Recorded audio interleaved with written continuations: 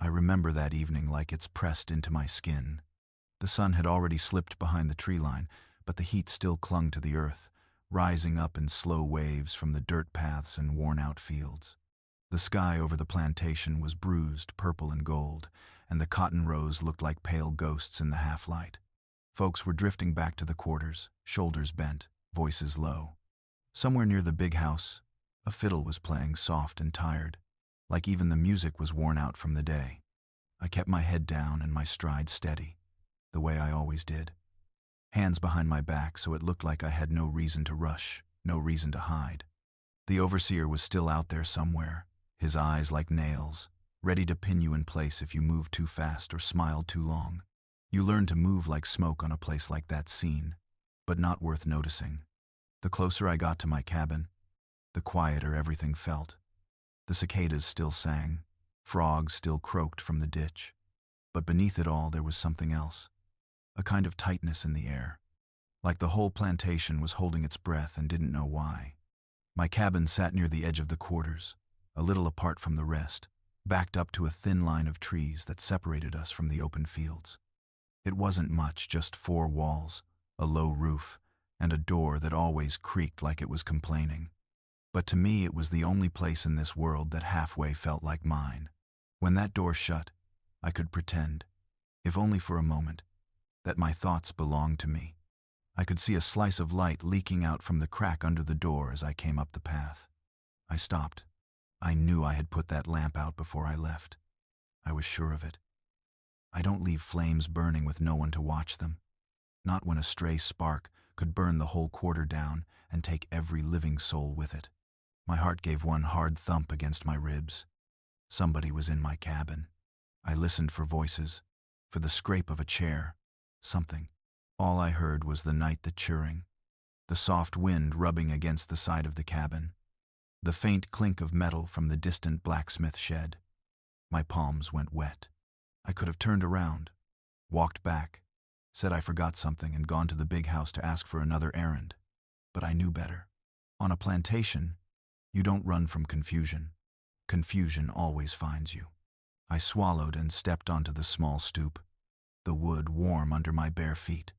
The creak of the board sounded too loud in that close, waiting air. My hand hovered over the latch for a second.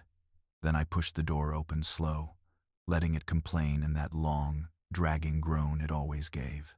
The first thing I saw was the lamplight, soft and golden, stretching across the floor and licking at the rough boards like it was trying to escape. The second thing I saw was her, Miss Clara.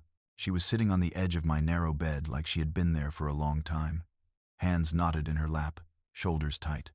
Her dress wasn't one of her fancy ones from Sunday service. It was a simple, light-colored gown, the hem dusty like she'd walked too fast and too far.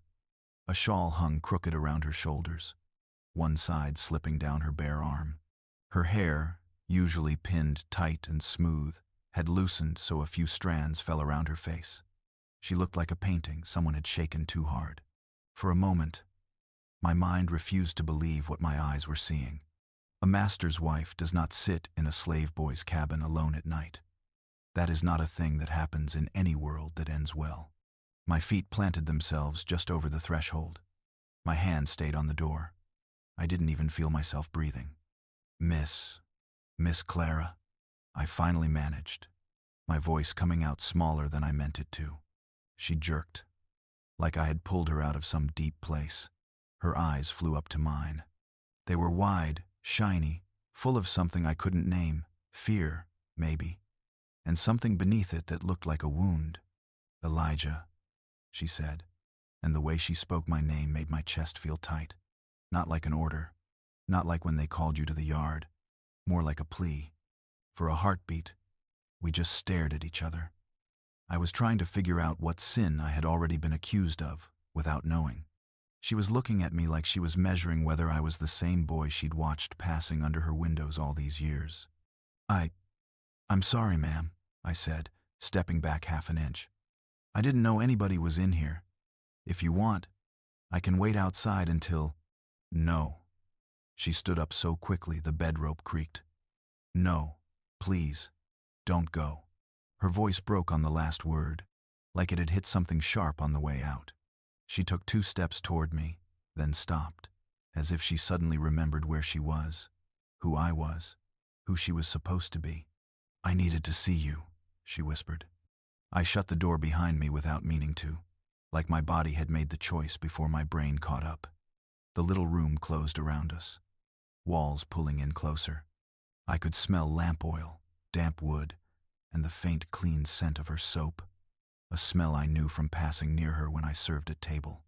My heart started beating faster, each thud loud in my ears. This was wrong. Everything about this was wrong. A white woman, the master's wife, alone with a 16-year-old slave boy in his cabin after dark. Any eyes that saw this would not stop to ask questions. They would not care who spoke first, who stepped inside whose door. I could already feel the rope around my neck, the lash on my back, the hot taste of blood. "I don't understand, Miss Clara," I said, forcing my voice to stay level. "If the master finds you here—" She flinched at the word master, like it was a stone I'd thrown. Don't call him that right now," she murmured, looking away. Her hands twisted together, pale fingers digging into each other until the knuckles turned white. "Not in here." I didn't know where here was supposed to be, if not the same prison I'd known all my life. The walls hadn't changed. Only the person standing inside them had. "I'm sorry," I said again, because it was the safest thing to say when you didn't know what else to do.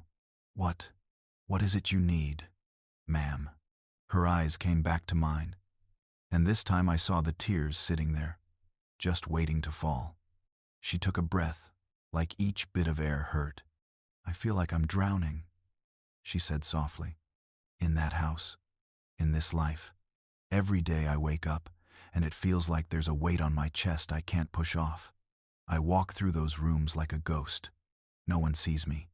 They just see his wife." She said, "his," like it tasted bad. I didn't know what to do with her words. White folks' pain wasn't something I was meant to carry. We had enough of our own. But there she was, in my one small place, turning the air heavy with things I had never heard from her kind.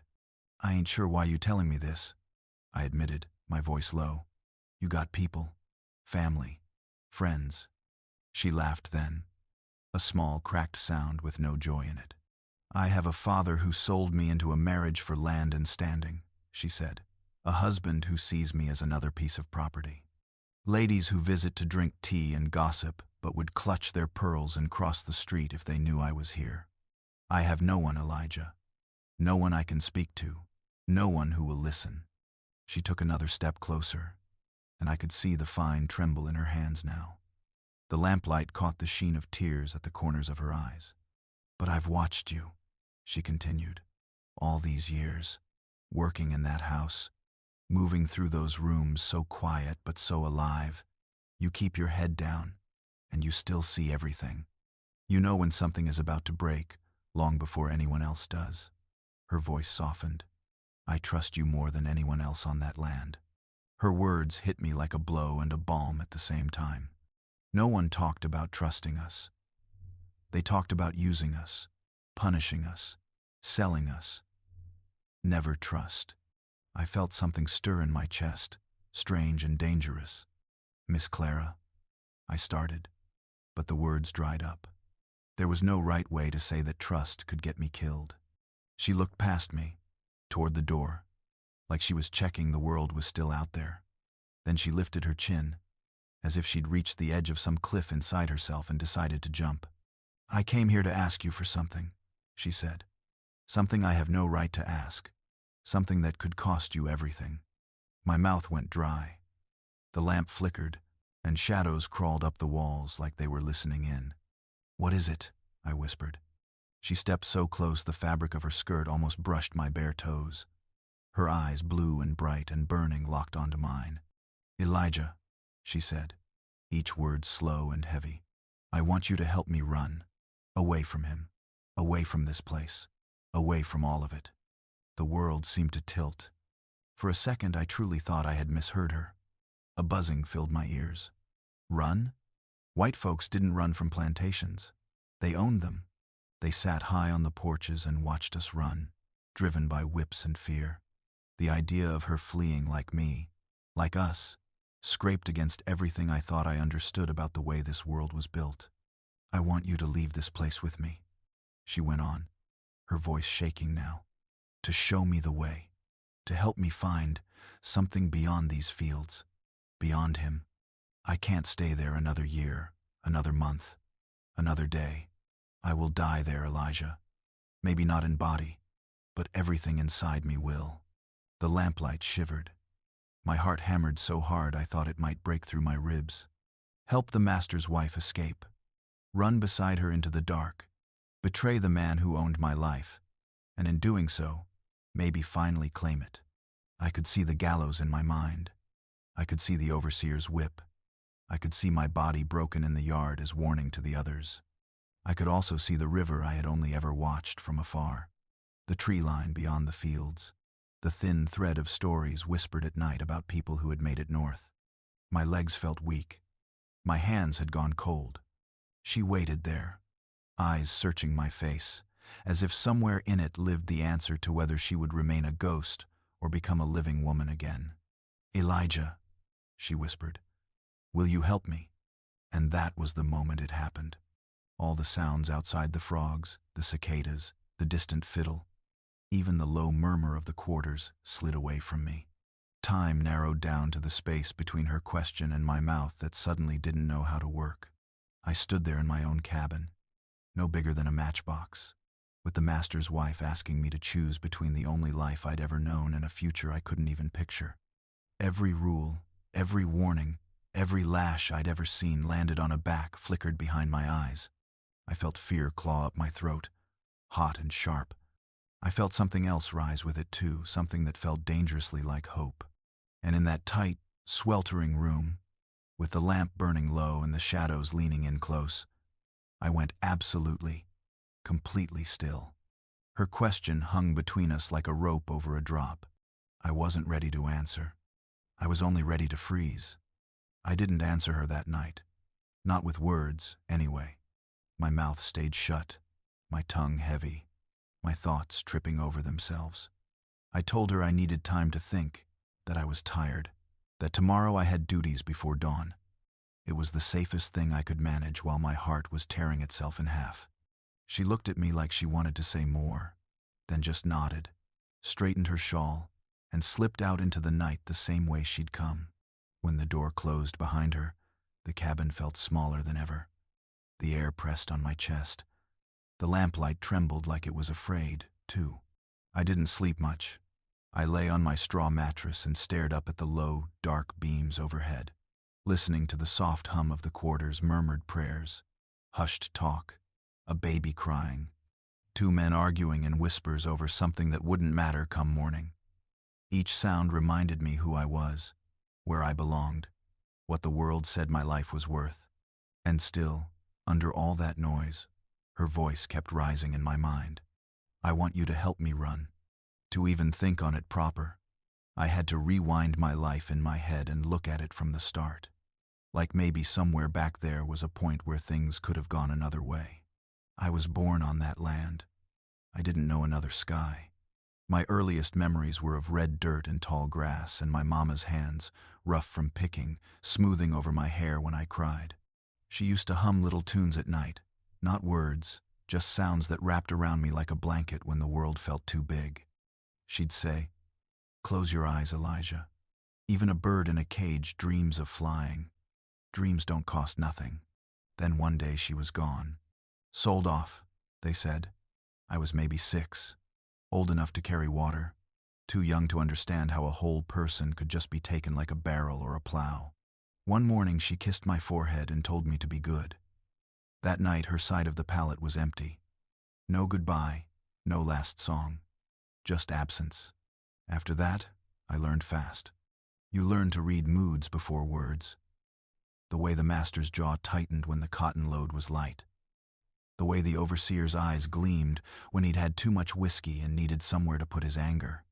The way folks in the quarters went silent when wagon wheels rolled up they didn't recognize. All of it became a kind of language I had to understand if I wanted to stay alive. By the time I was 10, they started pulling me into the big house more regular. I was small and quick and quiet, and that made me useful. I fetched water, carried coal for the kitchen stove, swept halls, polished boots. I learned which boards creaked and which ones didn't, how to move so even my breath didn't give me away. That's where I first saw her proper. Miss Clara came to the plantation the way the spring storms did, sudden, bright, and out of our control. One day it was just the master and his business trips and his temper. The next, there was a wagon rolling up the drive with trunks and lace and a young woman in a pale dress, looking out the window with eyes too big for her own good. The first time I saw her up close was in the dining room. She was seated at the far end of the table, hands folded so tight in her lap I thought they'd leave dents in her skin. The master was talking loud, laughing too hard at his own stories, drinking more than was needed. The men around him echoed his laughs like they were being paid by the sound. Miss Clara smiled when she was supposed to. I could see the edges of it from where I stood by the wall with the serving tray, but the smile never touched her eyes. When she thought no one was looking, she'd glance down at her plate, or up at the window, like she was trying to slip out of her own body for just a breath. She was maybe 18 then. I was 11. To her, I was nothing more than another shadow in the corner, a boy with a jug in his hands and bare feet on cold floorboards. But from where I stood, I saw everything. I saw the way she flinched when the master raised his voice at one of the other men. I saw the way she smoothed her dress over and over, like if she kept her hands busy her mind wouldn't fall apart. I saw the way she lingered by the window when everyone else had left, looking out over the fields, not with pride, not with the cold satisfaction I'd seen in other white ladies' faces, but with something closer to sorrow. Over the years, our lives ran alongside each other like two lines that were never meant to touch. She floated through the big house in silk and candlelight. I moved in and out of rooms with a broom and a bucket, my steps swallowed by carpet and rules. Still, there were moments. Small ones. Quick ones. A time I stooped to pick up a fork she'd dropped and handed it back without meeting her eyes, and she whispered, "Thank you." So soft I almost thought I imagined it.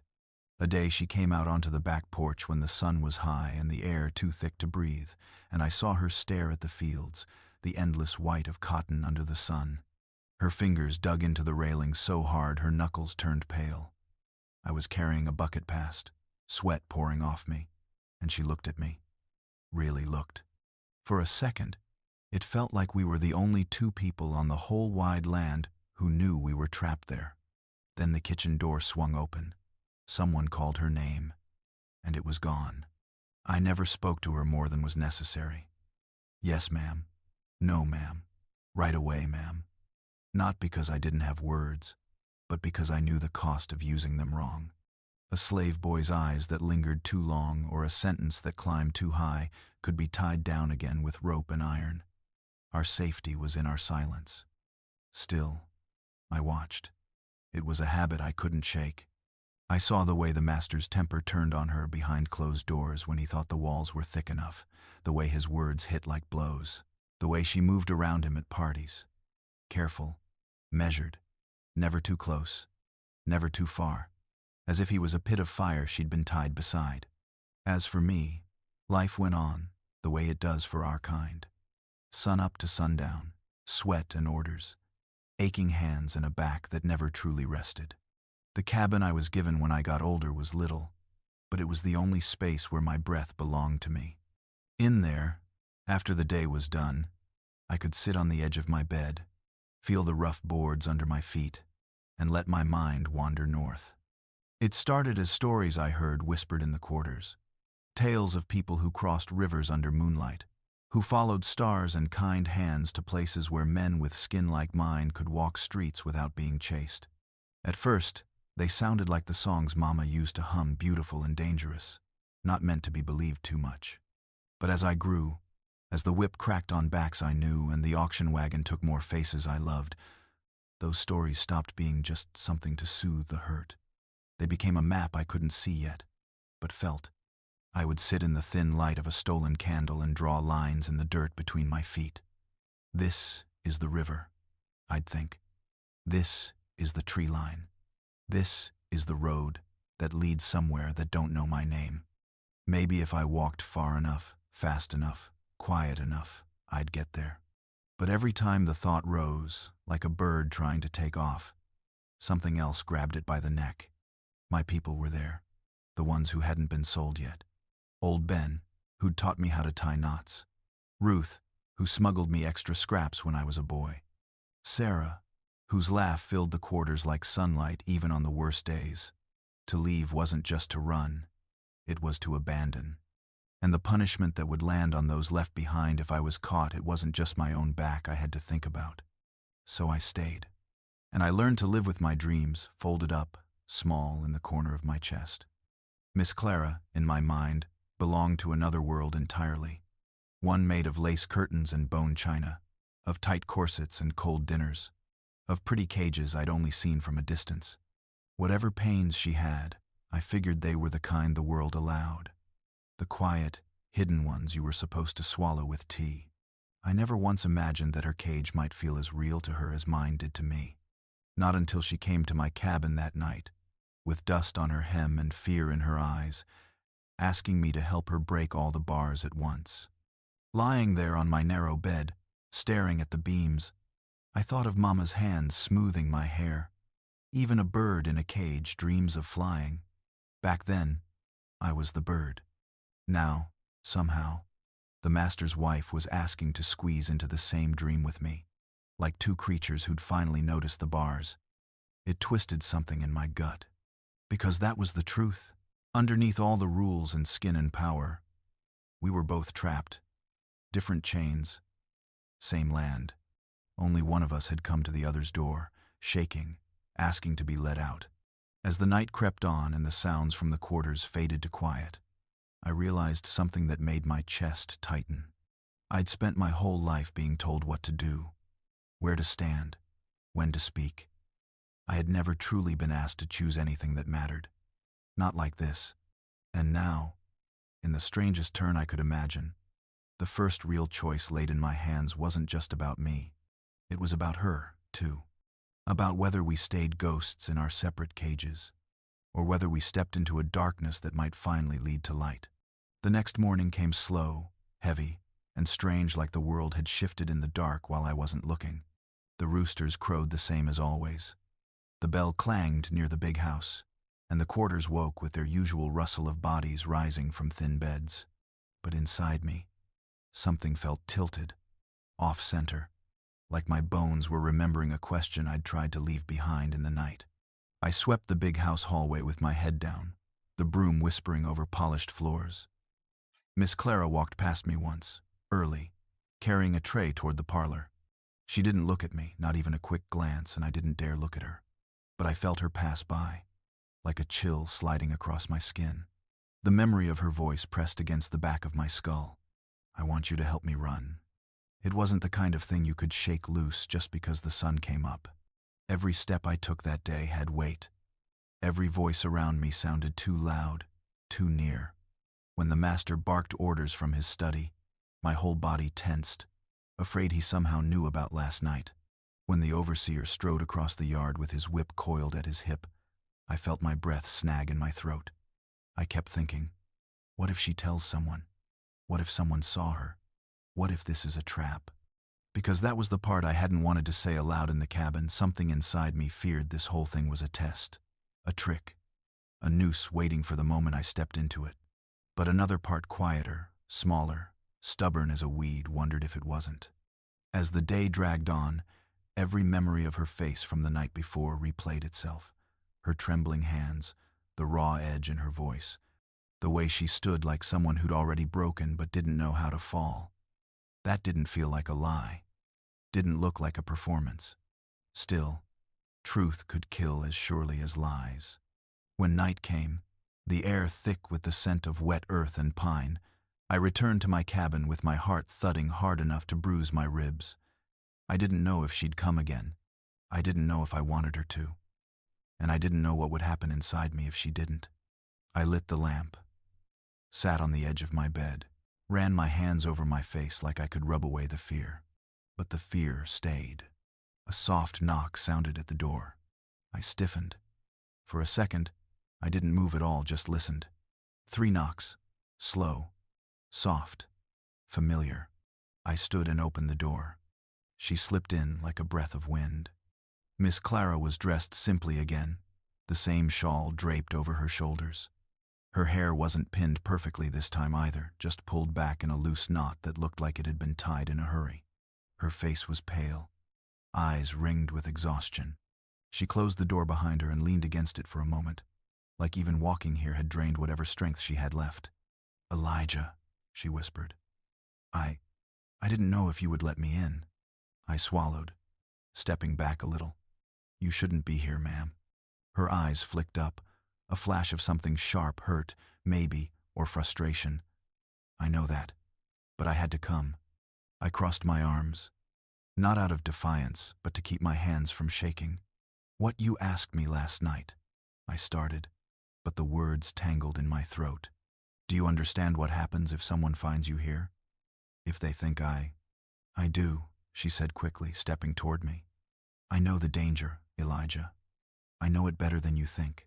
"No," I said, my voice rising despite myself. You don't know what happens to a boy like me if folks think I'm mixed up in something with the master's wife. You don't know what the overseer would do. You don't know how fast a rope goes around a slave's neck when the wrong rumor starts." She flinched. Tears gathered at the corners of her eyes, but she held my gaze. "You think I'm blind to cruelty? You think I haven't lived with fear in my own home? My own husband?" Her voice cracked on the last word. "Elijah, I'm not safe here either." It surprised me how the words softened something in me even as they scared me more. I hadn't expected her to say husband with such bitterness. I hadn't expected her to sound like someone drowning with no land in sight. I let out a slow breath and sat on the edge of the bed. She hesitated, then sat in the single chair across from me. The lamplight threw soft gold onto her face, catching the shine of tears she hadn't let fall yet. "Why me?" I asked. "Why come to my cabin? Why ask me to run with you?" She folded her hands in her lap, fingers twisting. "Because you see things others don't. Because you aren't fooled by the noise of this place. Because I trust you." I shook my head. "You don't know me." Her eyes warmed. "I know enough." I wanted to scoff, but something in her tone stopped me. It wasn't arrogance. It wasn't pity.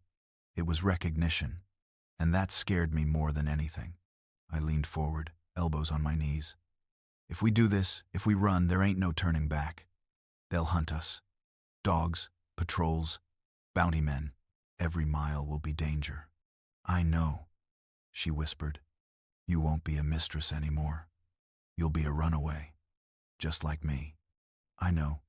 And if they catch us," my voice dropped, "they won't take you back gently." She shut her eyes, inhaling sharply. "I know that too." Silence stretched between us. Heavy, fragile, real. I studied her face. The misery, the longing, the flicker of something that looked too much like hope. She wasn't lying. That much I could feel. She wasn't testing me. She wasn't trying to trap me. She was asking me to save her, and asking me to risk my life to save myself at the same time. "Elijah," she said softly, "I can't stay in that house. I can't bear another day under his voice, his hand, his expectations. I am trapped in a life I didn't choose. You understand that better than anyone." My throat tightened. "Yes," I murmured. "I understand that." She leaned in, desperation sharpening her whisper. "So, tell me, truly, is there any life out there for someone like me? Or am I doomed to die in those walls?" Her voice shook, and I felt something in my chest shift. I looked at her not as the master's wife, not as someone above me, but as a soul crushed into silence, same as mine. And suddenly, the conflict inside me wasn't about race or rules or even danger. It was about humanity, about two cages standing side by side, about whether the bars could break at the same time. "I don't know what's out there," I said honestly, "but staying here ain't living for either of us." She nodded slowly, tears falling at last. And that was the moment I knew. The question was no longer whether she meant it. The question was whether I had the courage to answer. I didn't say yes that second night either. Not out loud. The words sat heavy on my tongue, pressing against the back of my teeth like it wanted out, but fear kept its hand on my mouth. Instead, I asked questions. I picked at her idea the way you pick at a scab, half afraid of what's underneath, half needing to see. How you think you gonna run? I asked her. And not have the whole county on your heels by sunrise. You ain't never walked more than from that house to that buggy. You ain't never slept on dirt. You ain't never gone hungry on purpose. What happens when you get cold? When you get blisters? When the road don't look like the picture you got in your head? Her chin trembled, but she didn't look away. Then you teach me, she said. You show me. You've survived this place. You know more about staying alive than anyone I've ever met. Her faith in me felt like a hand on my back, pushing me closer to a cliff. I rose and paced the small room, keeping my voice low even though the walls were thin and the world outside sounded mostly asleep. You talk like this is just a matter of packing a bag and walking away, I said. It's not. There's dogs, patrol riders, swamps, men whose whole living is catching people like me and dragging us back broke so they can get paid. I don't care, she whispered. I turned on her, anger and something else flaring up in my chest. That's 'cause you ain't seen what they do when they catch somebody. You ain't smelled burned flesh. You ain't watched a man's back open up under a whip until it don't look human no more. You don't care because you don't know. That last word came out sharper than I meant. The look on her face made me regret it almost at once. I don't know, she said quietly. You're right. I don't. But I am trying to. And I do know what it feels like to be trapped so tight inside your own life you can't breathe. I know what it is to feel everything good in you dying a little more every day. Her voice cracked. Is that not a kind of whipping too? The room went still.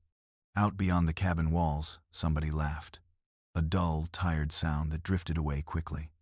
A dog barked once, then twice, then fell quiet. Somewhere far off, the river moved in the dark, unseen but always there. I thought of the big house, of its tall, white columns and clean windows and polished floors. It was a place I moved through like a shadow, never allowed to leave a mark. I'd always imagined those walls meant safety for the ones who lived behind them. Now this woman was telling me they could be a kind of prison, too, just made of finer wood. I forced my mind back to things I could measure. Say we run, I said. Say we slip out one night without nobody noticing right away. Where you think we go first? She hesitated. North, she answered at last, like a child reciting a lesson. There are free states. States is far, I cut in. Before that, there's woods, there's river, there's back roads. There's the line of farms and fields between here and anything that looks like freedom. You don't just jump from this porch to a new life. Then we go to the woods, she said.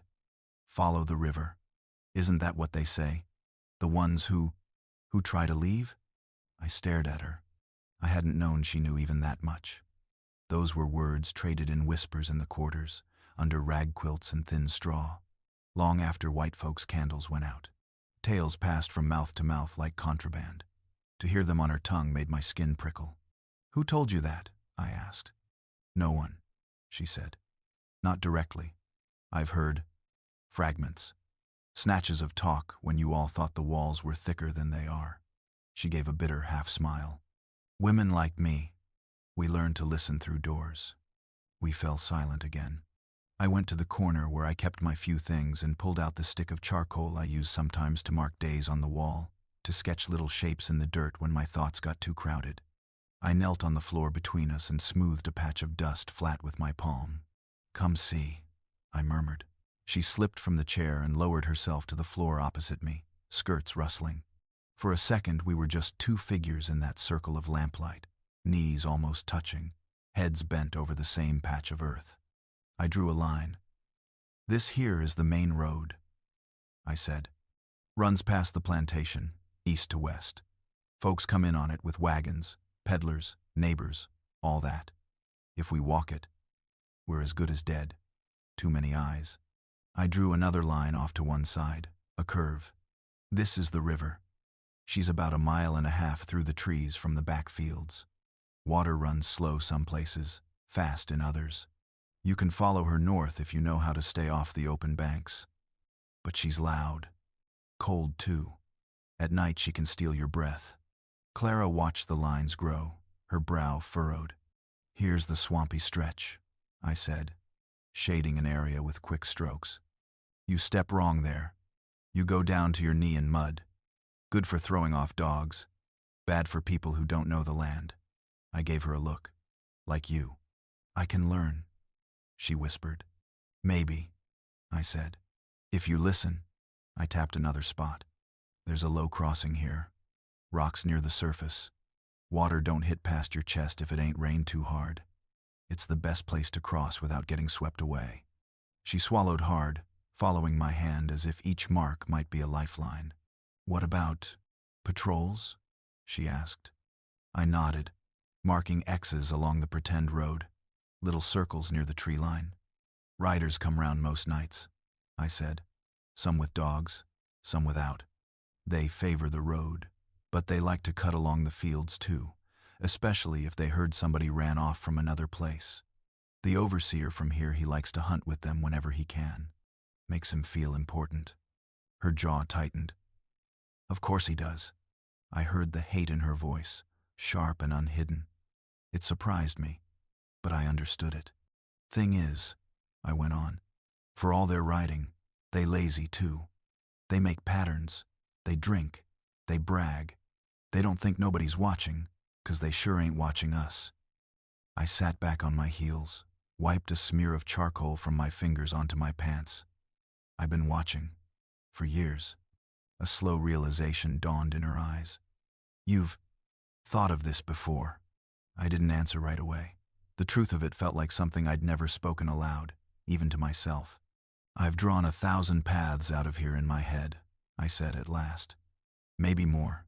Every time the whip cracked, every time somebody got sold, every time I looked at that river from the edge of the field. Only difference is, I always folded them back up before I finished them. 'Cause there was always somebody I couldn't leave behind, or I knew there wasn't no one to run with me that I could trust.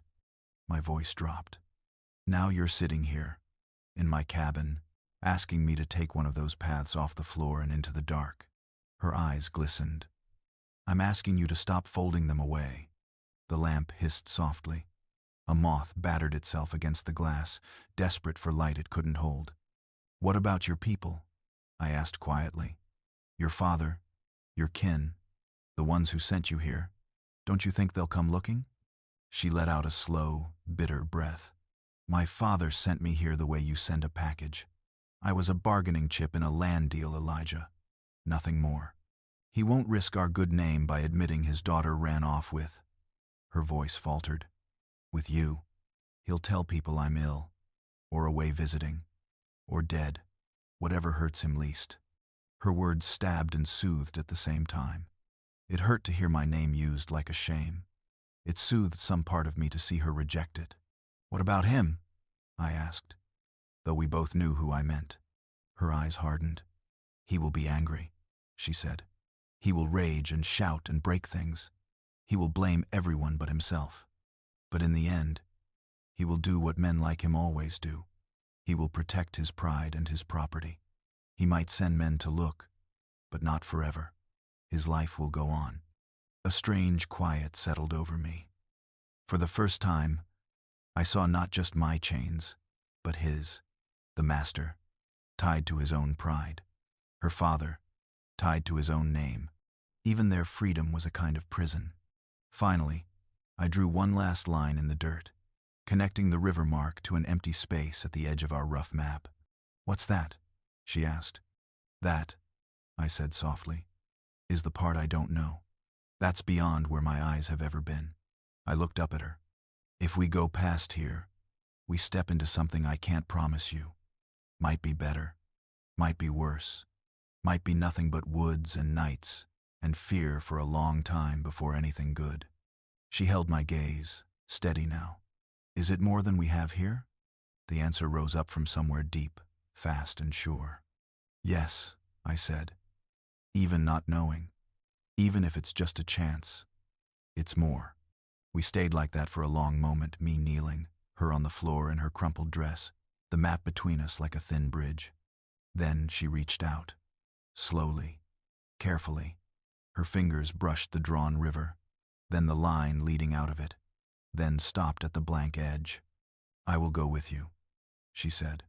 "Wherever that is, however long it takes." My heart pounded. Here it was, the edge of everything. I thought of Mama's songs, of old Ben's bent back, of Ruth's tired smile, of the nameless, faceless ones whose stories ended in the dirt behind the barns or in the shallow graves beyond the fields. I thought of my own days, stacked one on top of another like tired bricks. Wake, work, eat scraps, sleep, never ask, never choose, wait for someone else to decide when you vanish. I looked at Miss Clara, at the tears drying on her cheeks, at the stubborn set of her jaw that did not belong to a woman who had given up. And I realized all at once. This wasn't just her asking me to save her life. This was life, handing me the first real choice I'd ever been given. Fear surged up one last time, roaring. Then, underneath it, something else answered. "All right," I heard myself say, my own voice sounding strange to my ears. "I'll help you." Her breath caught. "You will?" "Yes." The word was out now. It wasn't going back. But we do it my way, my time. We wait, we watch. We move when everything lines up just right. We can't rush into this like a story. We're not characters in one of your books. We're people who bleed.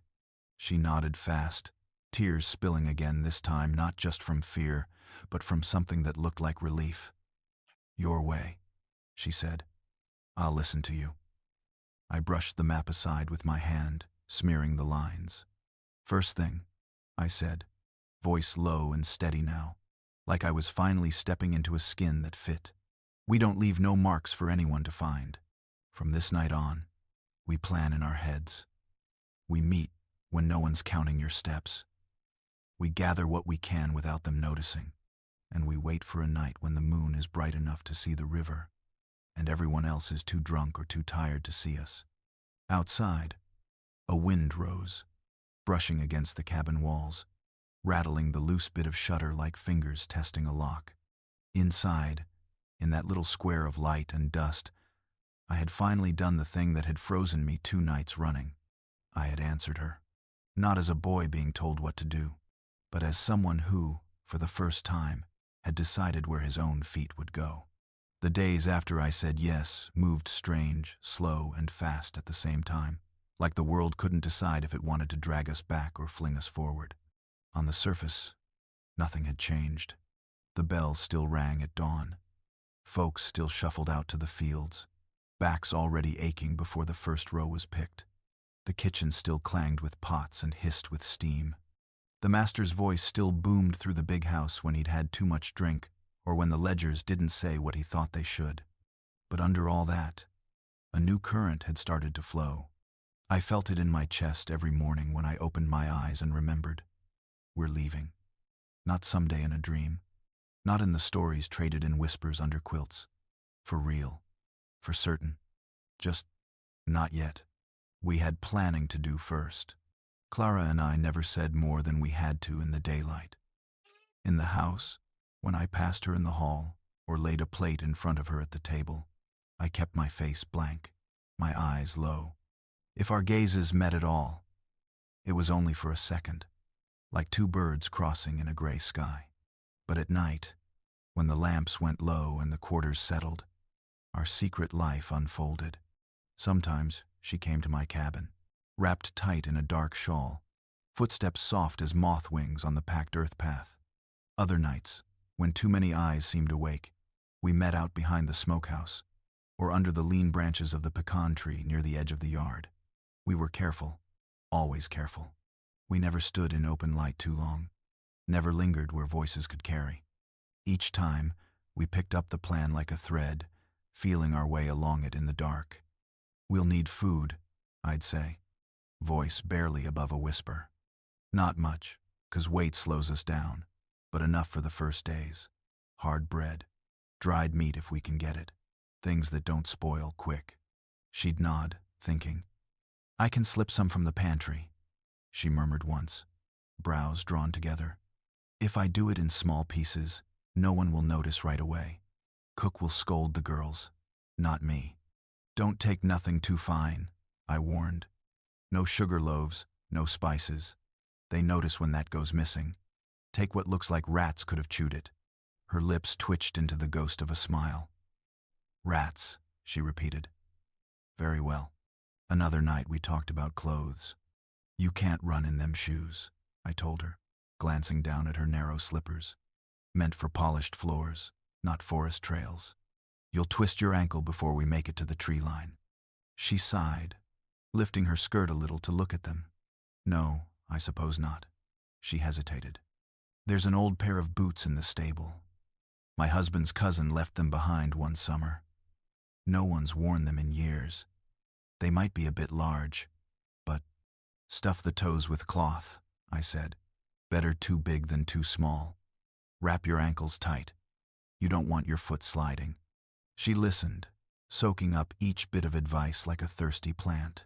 It struck me more than once how she'd been surrounded by comfort all her life and still knew so little about how to keep herself alive. We talked about the river again and again, turning it over from all sides. We go there first, I said, through the back fields, into the trees, straight to that shallow crossing. Dogs can follow scent along roads, but water breaks their trail. If they figure where we went, that river will be our only shield. Will it be very cold? She asked. Yes, I said. It'll bite straight through you. You'll think your heart stopped beating. But you keep moving. You don't stop in the middle for nothing. Once we're across, we follow the far bank north, staying in the trees. No open banks unless we have to drink. Her fingers twisted in her shawl. And if patrols see us? We hide, I answered. Or we run. Or we fight if we have no other choice. I looked her in the eye. But we don't give ourselves up. Not for anything. A flicker of fear moved over her face. But beneath it I saw something else. Something like steel. I won't, she said quietly. I'd rather die on that river than go back to that house. I believed her. Not every night was planning, though.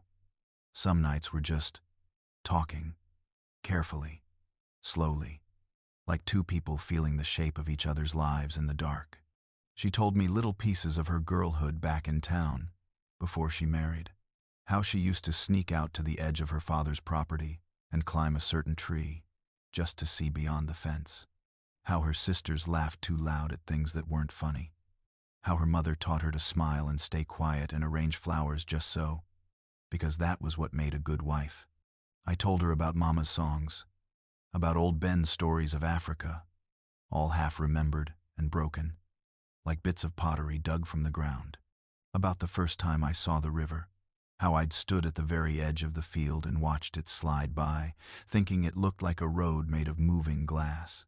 In those moments, the distance between us, the skin, the names, the walls, seemed to thin, not disappear, but thin. Like we were both pressing our palms against opposite sides of the same glass, trying to feel warmth through it. But the world outside us didn't forget what we were. The overseer's eyes started to linger longer. You notice him? I asked old Ben one afternoon, as we bent over a wagon wheel in the yard, pretending to pay it all our attention. The dog? Ben muttered back, lips barely moving. Yeah, nose up, tail stiff, smelling something he don't understand yet. The overseer had always watched me, same as he watched everyone, eager for slips he could punish. But lately, his gaze felt different, narrower, sharper, as if he'd sensed some change in the air and didn't know where to sink his teeth yet. One evening, as lights inside the big house started to glow, I caught him on the porch, leaned against the rail, chewing a piece of straw and looking over the quarters with a little crease between his brows. What you staring at, Travis? The master called from inside, annoyed. Just making sure the dogs know their pens, the overseer answered, not looking away. Storm's coming. There wasn't a cloud in the sky. That night, When Clara slipped into my cabin, the first thing I said was, "He's sniffing around." Her face went pale. "You think he suspects?" "I think he don't like not knowing what's wrong," I said. "He can feel something's off. Folks like him, they proud of knowing everything that happens on land that ain't even theirs. They smell secrets like blood. We have to be careful, more than before." She nodded quickly, clutching her shawl. "Should we stop meeting?" My heart lurched at the thought, even as my mind knew it might be safer. If we stopped, though, the plan would start to rot. Fear would creep in and crack it apart. "No," I said after a moment. "We can't stop. But we can't be foolish neither. No more than once or twice a week. Different places, different times, and we need to settle on something else." "What?" she whispered. I looked at her, seeing not the lady of the house, but the woman who had pressed her fingertip to the blank part of our dirt map. "A night," I said. "We've been talking circles around it. We need an actual night. A real one. Not just someday." Her breath caught. "You mean choose?" "Yes." The word felt heavy but solid. "If we don't, something will happen first. You'll get curious, or someone will talk, or the wrong pair of eyes will see you step out of your room, and then it'll be too late." She swallowed, throat working. "When?" I thought about the river, about the woods, about the riders. I thought about how the moon moved over this land I'd never left, how its cycle seemed to tug at things, tides, moods, men's tempers. "A full moon," I said. "We need light if we're going to move fast through trees and water without lanterns. No sense breaking our necks on roots in the dark. There's one coming in about a week, maybe a little less." Her fingers fluttered, counting silent. "Next Thursday," she murmured. "He'll be hosting card games that night. Men from town. They drink late. They boast. No one watches the house properly when they're all showing off." "That helps us," I said. "They'll be noisy, distracted. If we're lucky, half the place will be too drunk to stand by the time we reach the river." She almost smiled. "You're talking as if—" She trailed off, then met my eyes. "As if it's already decided." I held her gaze. "Isn't it? There, in that tiny cabin, with the lamplight flickering against bare boards and the smell of smoke and earth all around us." The world narrowed again. It came down to the space between my words and hers, the air we both were breathing. She drew in a long, shaky breath, then straightened her shoulders. I watched her reach for some inner spine I hadn't seen before, not the practiced posture of a lady sitting at a parlor table, but something older and fiercer, like a tree that had somehow grown strong in shallow soil. "All right," she whispered. "Next Thursday. The full moon." A chill moved through me. Not just fear, something like awe. We talked details until the candle guttered low. She would hide the boots and simple dress in a chest near the back stairs, ready for the night. I would keep a few small things bundled under my bed: bread, a strip of dried meat I'd traded for, a ragged blanket. On the day itself, we'd move like we always did. No rush, no strange looks. At night, once the men were deep into their cards and whiskey and the house had sunk into that warped, crooked kind of cheer rich folks get when they think nothing can touch them, she'd slip away. "I'll meet you at the edge of the backfield," I said, "where the fence is broken by that old stump. You know it?" She nodded. "Yes, I've seen it from my window." "We meet there," I repeated. "No later than half an hour after you hear the hall clock strike 10. If you're not there by 11, my voice caught, but I forced myself to say it. "I can't stay." Her eyes widened. "You'd leave without me?" "If I don't, we both die," I said quietly. "If you're not there, it means something went wrong. Maybe he noticed. Maybe Travis did. Maybe someone followed you. Me, waiting makes it easier to catch us both. I can't do that." She stared at me a long moment, then nodded, pain flickering across her face. "You're right," she said softly. "If I'm not there, go. Please. Don't risk yourself for my mistake." The words hurt more than I expected. I realized I had already started counting on her presence in that field, as much as she counted on mine. We sat in silence after that, the weight of the decision settling over us like a second night. Finally, she rose to go. Her hand found the latch, then hesitated.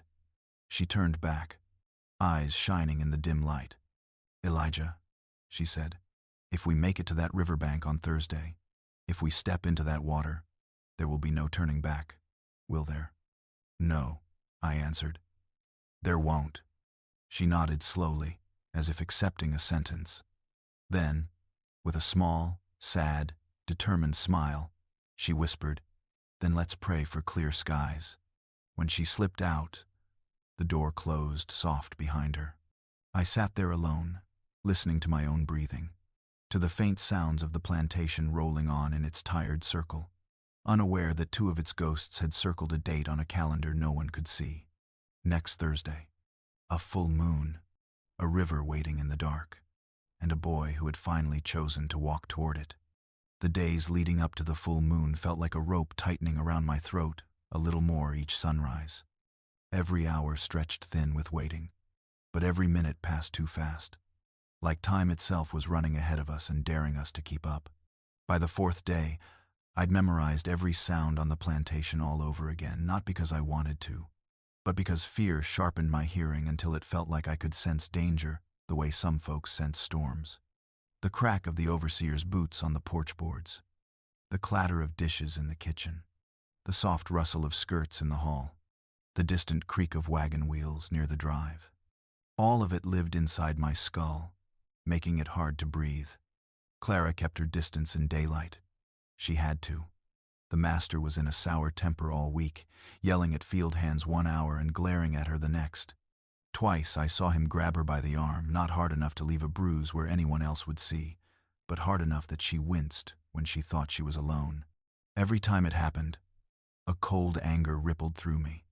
Before all this, when I was just another shadow in those hallways, I used to feel nothing but the dull ache of recognition when I saw cruelty. But now, with Thursday creeping closer and the secrets between us growing heavier, it felt different, sharper, personal. I knew she avoided looking at me too long, and I avoided her eyes too. But there were moments when our gazes crossed by accident in the parlor, when I dusted shelves, on the porch when she retrieved a letter from the railing, near the stairs when I carried wood for the fire. Those glances lasted a fraction of a breath, but in them I saw the same thing I felt, fear sharpening into resolve. We had chosen our night. Now all we could do was survive until we reached it. On the morning before the full moon, the plantation had a strange hush to it, a stillness that didn't belong. Even the birds seemed to keep their distance. The air tasted thick and metallic, like the sky was hiding something. I carried a bucket of water from the well toward the kitchen when I heard them, two field hands whispering near the hog pen, voices low and tight. "You heard 'bout the Carter place," one muttered. "What 'bout it?" the other whispered. "Don't tell me they lost more slaves." "Not lost. Caught." A beat of silence. "They tried to run?" "Tried. Didn't make it far." My grip tightened around the bucket handle. "What they do to 'em?" the second man asked. But I didn't need to hear the answer. I'd seen enough runaways brought back over the years to know the truth didn't need details. Still, the first man leaned closer, voice dropping. "They strung the boy up in the yard, left the girl in the smokehouse. Heard they ain't given her water." A hot sickness moved through my stomach. "Master here heard about it," the man went on. "Put Travis on edge. Says he's been sniffin' round all mornin'. Sayin' he got a feelin' someone's bout to try something here too." The second man snorted. "That man always got a feelin'. Yeah, well this time he's watchin' the woods close. That's all I'm sayin'." The bucket suddenly felt too heavy in my hand. The ground tilted under my feet. If Travis was watching the woods, our escape path, our river, our chance. I walked away slow, acting like I'd heard nothing. But my heart hammered so loud it felt like it echoed through the yard. By sundown, the tension across the plantation was so thick you could taste it. Even the animals acted strange, the horses stamping and tossing their heads, the dogs pacing their chains, the chickens restless on their roosts. The master's friends arrived early for their card game, wagons rolling up the drive in a line. Lanterns glowed bright in the windows. Laughter bubbled up from the parlor, loud, drunken, careless. That part of the plan was working out just right. But every good sign had a shadow beside it. The overseer patrolled the yard alone, a big lantern swinging in his fist, his jaw set like stone. He walked near the tree line twice, then a third time, pausing, watching. I stayed busy with chores, trying not to let my eyes follow him. But no matter what corner of the yard I moved to, some part of me felt him nearby, like a spark looking for dry tinder. That night, in my cabin, I perched on the edge of the bed, staring at the tiny bundle I'd built over the past week. A scrap of blanket, a crust of bread, a strip of smoked meat, and a short knife I'd sharpened as best I could. My life, everything I owned worth carrying, sat in that rag bundle. It didn't look like enough to sustain two souls through the dark stretch between slavery and possibility. But there was no such thing as enough. Only what we had. The moon was rising outside, fat, pale, and bright enough to cast a silver stripe under my door. I counted my breaths. 10, 20, 30. Then I heard it. A soft knock at the door. 3 taps. Slow. Our signal. Clara slipped inside, closing the door behind her. She was dressed differently tonight, simple cotton dress, boots laced tight, shawl pinned low. Her hair was braided back, her face pale but set with a determination so fierce it almost hurt to look at. "Elijah," she whispered, voice trembling with both terror and resolve. "Are we still going?" Her eyes asked more than her words. I nodded slowly. Yes. Her chest rose with a shaky breath. Is everything ready?" she asked. "As ready as it can be. And Travis?" Her voice tightened. "He's watching," I admitted. "But he can't watch everywhere. Not all night. He'll get tired, drunk, distracted. They always do." She swallowed hard, then stepped closer. "I'm not asking because I'm scared," she said softly. "I'm asking because tonight feels like a storm is waiting to break." She wasn't wrong. The moonlight felt too bright, the air too still, the silence too loud. But storms didn't change the date of a runaway's escape. They only forced the steps to be faster. "We'll go slow to the field," I said. "Quiet. Don't rush. Folks who run too fast make noise." She nodded again, but she didn't move. For a moment, she just stood there, staring at me in that cramped room. Her eyes glistened in the lamplight, not with romance, not with some foolish fantasy, but with the weight of 2 lives tipping on the edge of a knife. "Elijah," she whispered, and her voice sounded like someone about to step onto thin ice. If something happens tonight, if they catch us, I want you to know." "Don't," I said quietly. "Don't speak like that." She blinked hard, then nodded, swallowing whatever words she had tucked behind her teeth. I blew out the lamp. The room fell into darkness except for the moonglow brushing the floor. My heart beat so loud I worried the whole quarter might hear. "Stay close," I murmured. We slipped out the back door, the night cool against our skin. A chorus of crickets filled the air. Somewhere in the distance, a drunk man in the big house laughed too loud. A dog howled. We kept low, moving where shadows lay thickest, past the cabins, past the barns, past the smokehouse. Every step felt like a drumbeat. Every breath felt stolen. The night was too clear, every rustle, every whisper of wind seemed amplified. The moon painted us in silver whether we wanted it or not. At the edge of the backfield, the place where the broken fence leaned like a beggar, I stopped, holding my hand out to halt her. I listened. The world held its breath. No footsteps. No lantern. No Travis. I turned to her. "This is it," I whispered. "Once we cross this line, we don't stop." She took a breath so deep her shoulders shook. "Then let's go," she said. And just like that, no more maps, no more planning. No more whispered nights. We stepped past the broken fence, into the tall grass, toward the trees, toward the river, toward everything that waited in the dark, and toward the moment that would decide whether we lived or whether the plantation swallowed us whole before dawn. The first thing that hit me was the smell. Wet earth, crushed grass, the faint tang of the river somewhere ahead, even though we couldn't see it yet. The air felt different beyond the broken fence, wilder, less tamed by wagons and boots. The fields behind us were neat rows and hard lines, but out here, everything leaned and twisted its own way. "Stay low," I murmured, crouching as we moved into the tall grass.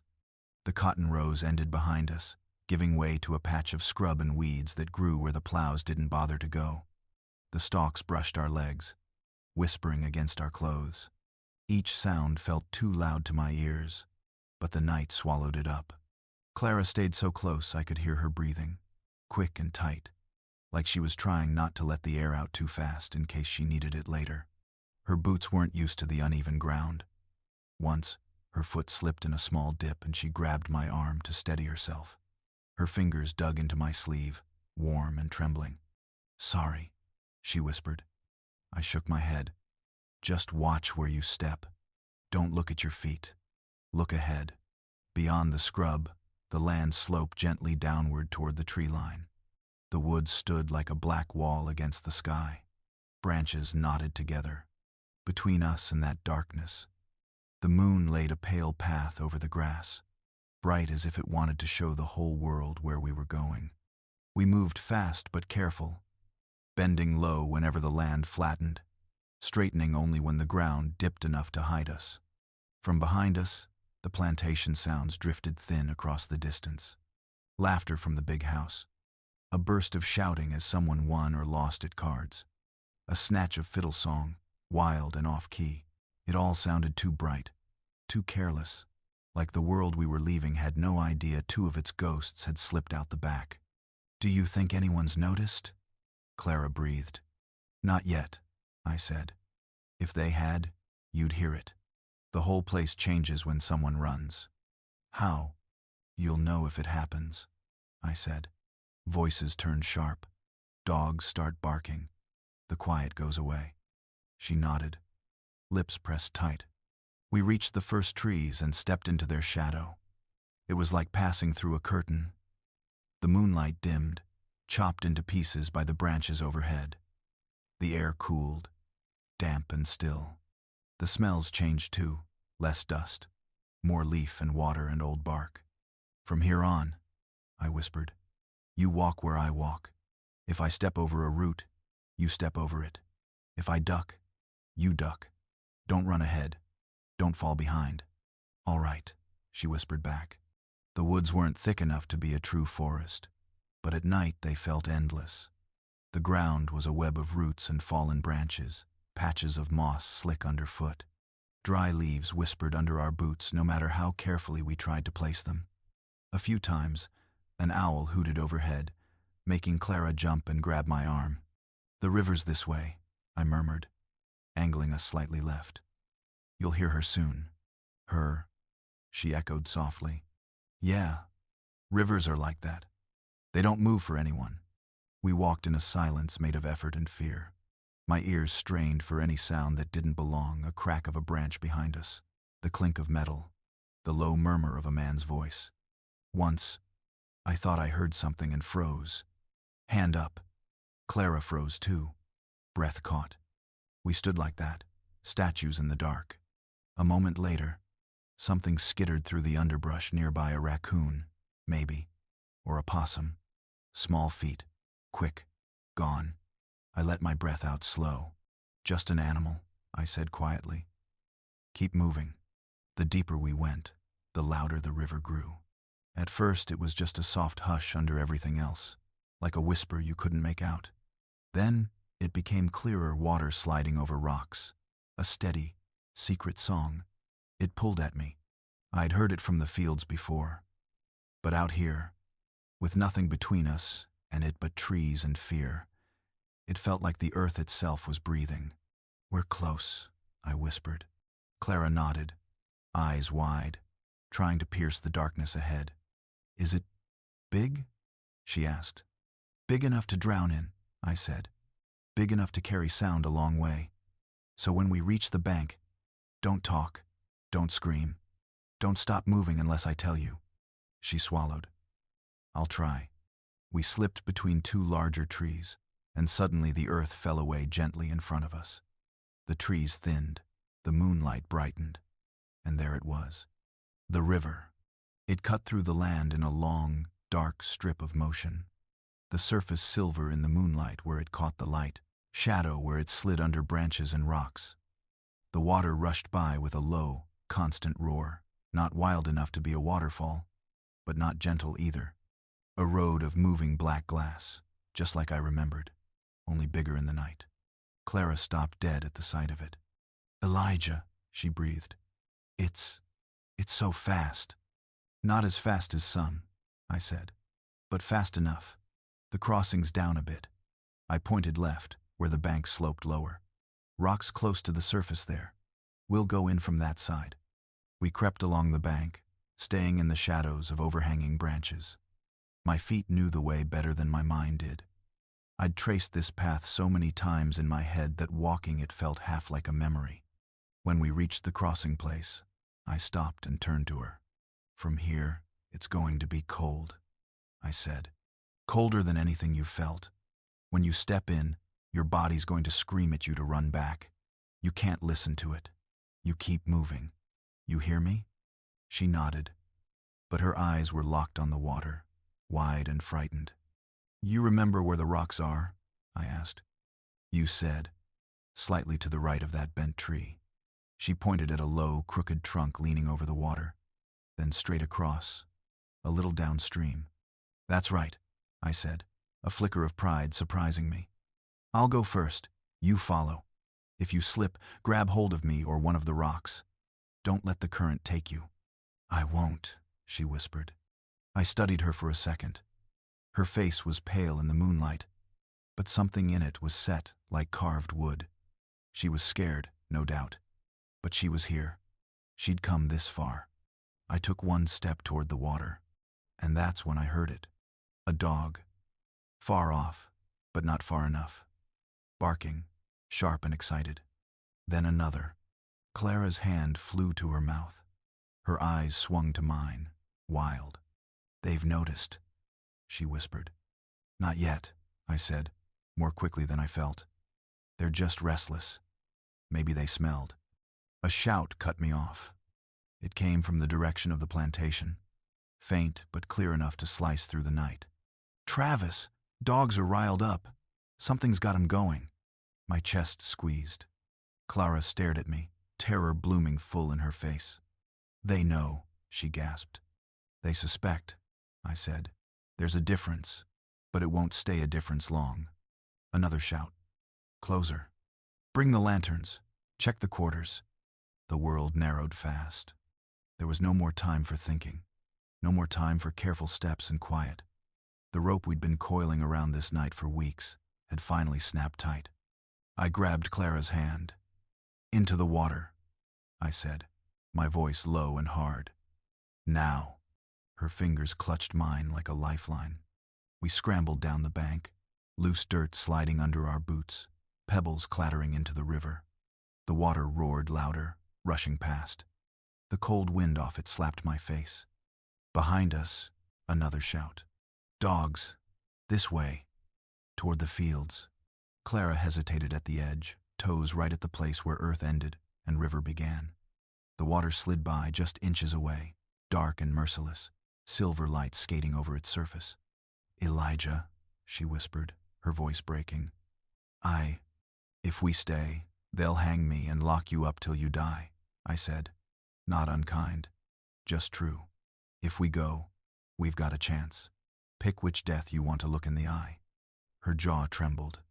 Then, with a sound that was half sob, half breath, she stepped forward with me into the river.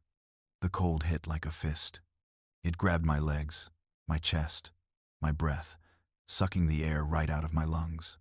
The water surged around our calves, then our knees, pushing hard, trying to knock us off our feet. The rocks underfoot were slick and uneven. Every step was a battle. Clara gasped, the sound high and strangled. "It's... Keep moving," I hissed, teeth chattering already. 1 foot, then the next. "Don't think. Just move." We pushed deeper.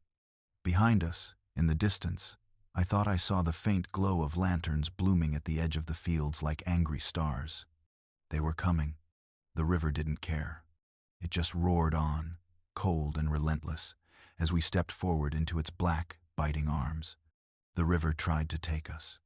The moment we stepped past the line of rocks I'd counted 100 times in dreams, the bottom dropped lower, and the water hit my waist with a force that nearly spun me around. The current shoved at my legs, cold, biting into my bones like teeth. My breath flew out of me in a sharp, useless gasp. Clara yelped, stumbling. Her hand slipped on my sleeve, and for one terrifying second I felt her body twist away, the current grabbing her like it had been waiting.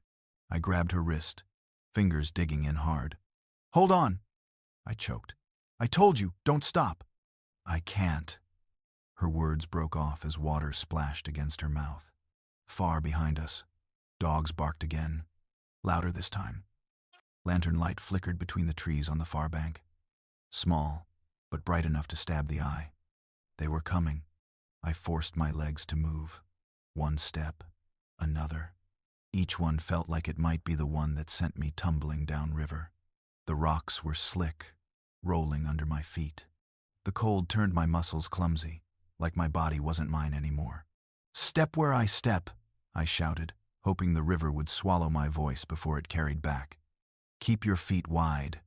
Her fingers clamped around my arm, nails biting through the damp fabric.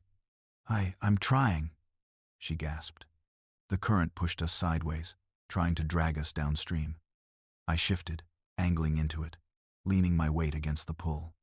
Clara followed, her body bumping into mine with every staggered step. Another shout from the far side of the river. "Lanterns! Over there! By the trees!" My chest seized. Through the spray and moonlight, I saw them 3, maybe 4 figures, on the bank we'd just left. Lanterns held high, dogs straining at their leads, sniffing the ground between the broken fence and the trees.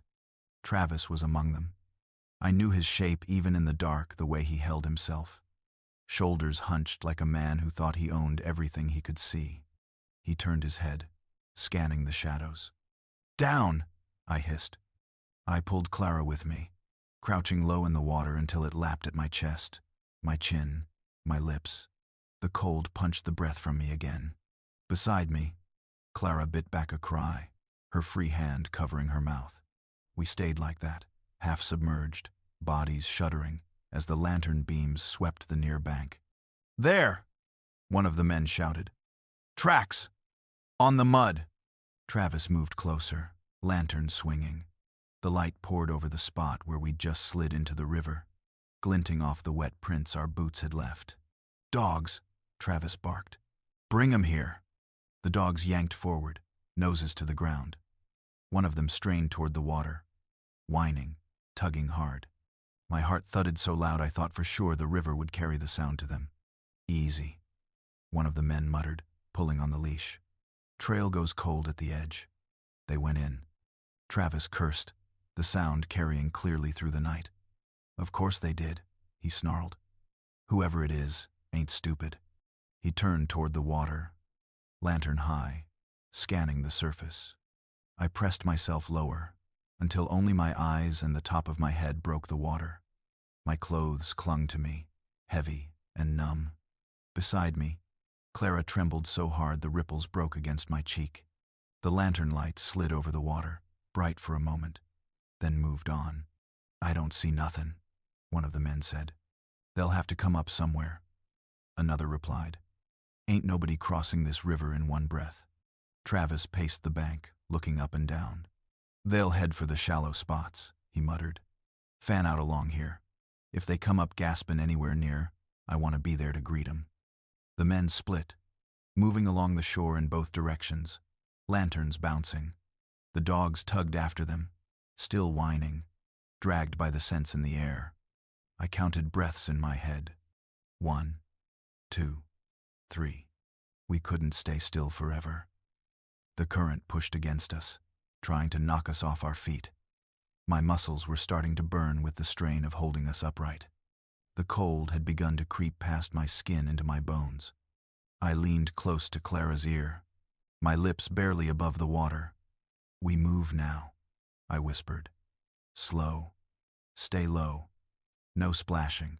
She nodded, eyes wide and dark in the moonlight. We turned, inching forward, deeper into the river, away from the men on the bank. The current clawed at us, but I angled my body, using it to push us downstream and across at the same time. Each step felt like walking on the back of some living thing that wanted us gone. Halfway across, my foot slipped off a rock. For one awful second, I lost everything: balance, footing, air. The water seized me around the chest and yanked me sideways.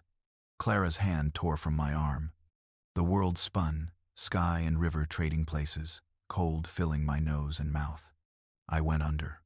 The river roared in my ears, louder than any voice, any whip, any prayer. I fought, arms flailing, boots kicking against nothing. For a heartbeat, it felt like there was no up, no down, just cold and dark and the crushing weight of water. Then my hand hit something hard, a rock, smooth and slick. I grabbed it, fingers scraping for purchase. My boots found the riverbed again, and I pushed up with everything I had left. I broke the surface with a ragged gasp, coughing, choking. "Clara!" I croaked, eyes stinging as I searched. For a heartbeat, I saw nothing but dark water and white foam. Then she surfaced a few feet downstream, gasping, hair plastered to her face. She flailed, caught in the current. "Elijah!" she cried, voice strangled. "Reach for me!" I shouted back, forcing my legs to move. Every step felt wrong, muscles slow and clumsy, but I pushed toward her, one arm outstretched. Our fingers brushed once, then slipped. The current dragged her another foot. "No," I snarled, more at the river than at her. I lunged, nearly losing my footing again. But this time, when our hands met, I clamped down hard and didn't let go. "I've got you," I rasped. "Don't fight the water. Just push your feet down." She sobbed, but I felt her legs move under the surface, searching. Her boot found a rock, then another. Together, we staggered forward, two half-drowned things, dragging ourselves across the back of a beast that wanted us in its belly. Voices on the far bank rose again, faint but still there. "Did you hear that?" one of the men shouted. "Thought I heard something in the water. Probably just logs," another growled. "Or beavers. You see anyone?" "I don't. We ain't leaving till we know." We reached the shallower side at last. The water dropped from my chest to my thighs, then to my knees. Every inch less felt like a new breath.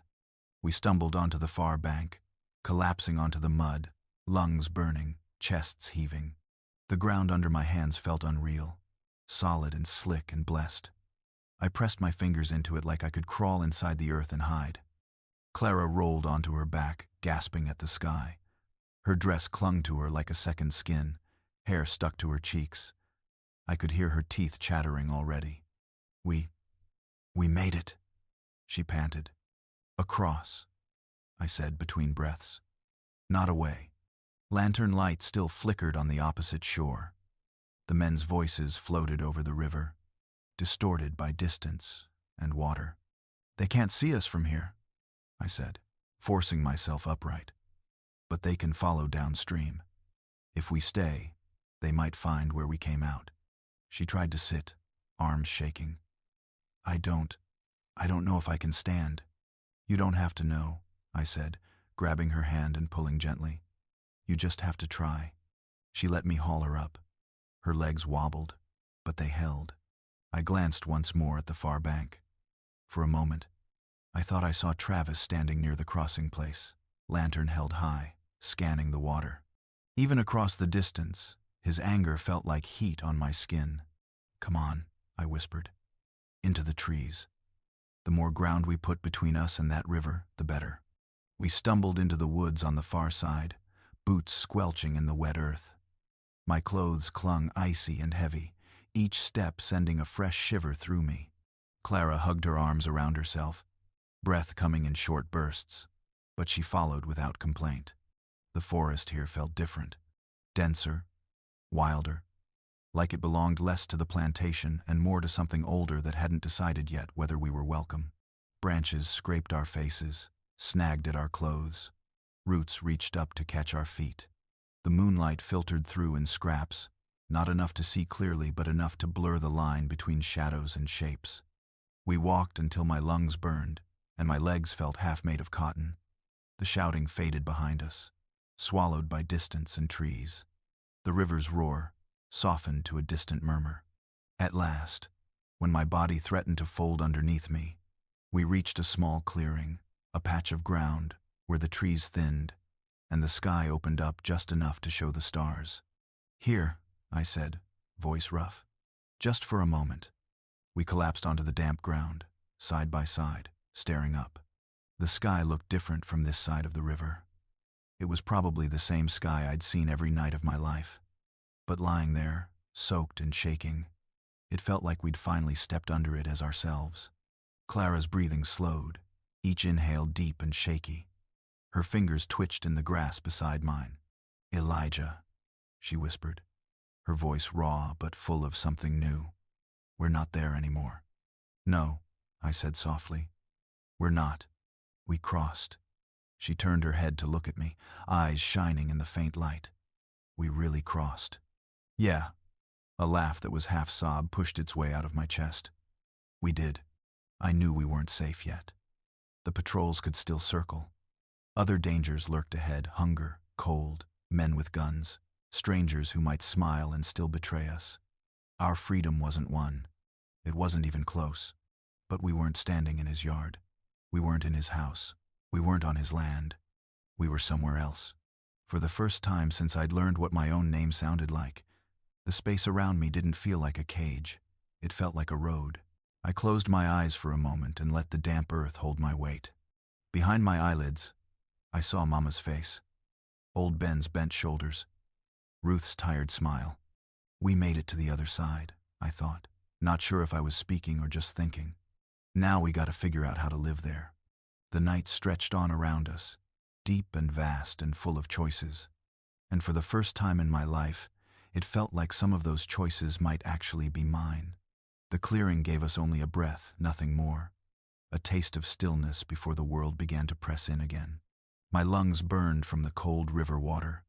My clothes clung to me with heavy, shivering weight, and every muscle in my body trembled with a mix of exhaustion and fear. But the fear was sharper now, cut clean with something else underneath it. Resolve. "We can't stay here," I whispered. Clara nodded, hugging her arms around her soaked dress. The moonlight caught the trembling of her shoulders.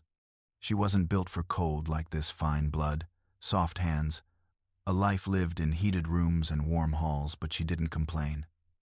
Not once. "How far? How far do we go?" she asked, through chattering teeth. "As far as we can," I said, "till our legs give out or the sky gets light." Her breath hitched, but she nodded again. I scanned the trees. The forest stretched dark and deep, shadows swallowing every path. But I knew enough from the whispers in the quarters, from men who'd tried to run and been dragged back, from the stories old Ben told half in pride and half in warning. The safest way north was to keep the river on our right for a while, then cut into the denser woods, where riders wouldn't dare go in the dark. "Come on," I murmured. "This way." We moved, slow at first, our bodies stiff from cold. Each step sent a sharp pain through my calves, but pain meant I was still here, still alive. Behind us, somewhere far down the river, faint shouting echoed. Lanterns blinked between the trees like angry fireflies. The search was spreading. The hunters hadn't given up. Clara stumbled on a root and gasped, grabbing my arm. I steadied her. "You all right?" She nodded, though her face was drawn. "I will be." I admired her for that. She was shaking hard enough that her teeth clicked together, but she didn't ask to stop, didn't ask to rest. She just pushed on beside me into ground she'd never walked before. We followed the river's curve, keeping to the tree line. The moon hung low above the treetops, a pale lantern guiding us. Every so often, I stopped to listen to the wind, to the river, to any sound that didn't belong. Crickets, the rushing water, a night bird calling sharp, all normal. No dogs, no men. We pressed deeper into the woods. It must have been an hour before Clara's legs buckled a second time. She dropped to her knees, breath coming too fast. "Elijah," she whispered, voice cracking. I can't feel my fingers." She held her hands out. Her skin was pale blue in the moonlight. Cold like that could kill. I crouched in front of her, trying to keep my voice calm. "We need to warm you up. We stop just long enough to rub your hands, get some heat in you. Then we move again. But if they're behind us, it don't matter if you freeze before they ever catch up," I said. "Give me your hands." She hesitated, then placed them in mine. They felt fragile, like thin glass that might crack if I moved too fast. I rubbed them between my palms, hard and steady, trying to get the blood flowing. She winced but didn't pull away. After a minute, she whispered, "Thank you." "Ain't no thanking," I murmured. "If we're gonna make it, we both gotta stay alive." The rubbing warmed my own hands too, chasing the numbness from my fingers. When color just barely started returning to her skin, I let go. "All right," I said softly. "We move again." She nodded and rose shakily. We kept walking. The forest changed as the night deepened. The trees grew taller, the underbrush thicker. Briars snagged our clothes. Branches scratched our arms. The ground sloped up, rocky and uneven. A few times, I had to clear the path for her, pushing aside low branches or guiding her across fallen logs slick with moss. Then, maybe 2 hours from the river, the noise came. Not human. Worse. A growl. Low. Rough. Close. Clara froze behind me. "What was that?" she whispered. I lifted a hand, signaling her not to speak. Another growl answered from the darkness closer this time, just beyond a thick tangle of brush. Wolves didn't usually come this far down, but hunger made anything bold. I scanned the shadows. My heartbeat thudded in my ears. Then I saw it. 2 points of yellowish light, low to the ground. Eyes. "Elijah," Clara breathed. "Stay behind me," I murmured, voice barely audible. The creature stepped forward, lean, gray fur, ribs showing through its pelt, eyes reflecting the moon. A lone wolf. Not a pack, but a lone one was desperate, unpredictable. I tightened my grip on the short knife at my belt. The wolf snarled, baring teeth. Clara whimpered behind me. "It's all right," I said, though my throat was tight. "Easy. Move slow. Don't run. Running makes you prey." The wolf stepped closer. "Toss something," I whispered to Clara. "Something small. Make noise away from us." She fumbled in her soaked dress, searching. Finally, she pulled out a broken piece of wood, maybe from the river, maybe from her pocket, and tossed it left, far into the bushes. It cracked loudly in the undergrowth. The wolf jerked toward the sound, startled. "Go," I hissed. "Now." We backed away fast but silent, never turning our backs. After a few heartbeats, the wolf, driven by instinct, bolted toward the sound Clara had thrown. We slipped deeper into the woods. Clara sagged against a tree, breath shaking. I thought, "Don't think," I murmured. "Just move." We did. For another hour, maybe more, we walked until the moon dipped lower and the cold started gnawing at us again. The woods grew quiet, too quiet. Then Clara stopped mid-step. "Elijah, listen." At first, I didn't hear anything. Just wind, leaves, our breaths. Then, a sound. Footsteps. Not ours. Slow. Heavy. Deliberate. Coming from behind. My heart lurched. "How?" Clara whispered. How could they be this close? They must have found sign near the river, I muttered, or guessed our direction. The footsteps grew clearer. Crack, crunch, a branch snapped. Too steady to be an animal. Human. Men. I grabbed Clara's wrist. We run. We sprinted, branches whipping our faces. The forest blurred around us. My lungs burned with raw fire, but I didn't slow. Clara stumbled, regained her footing, pushed on.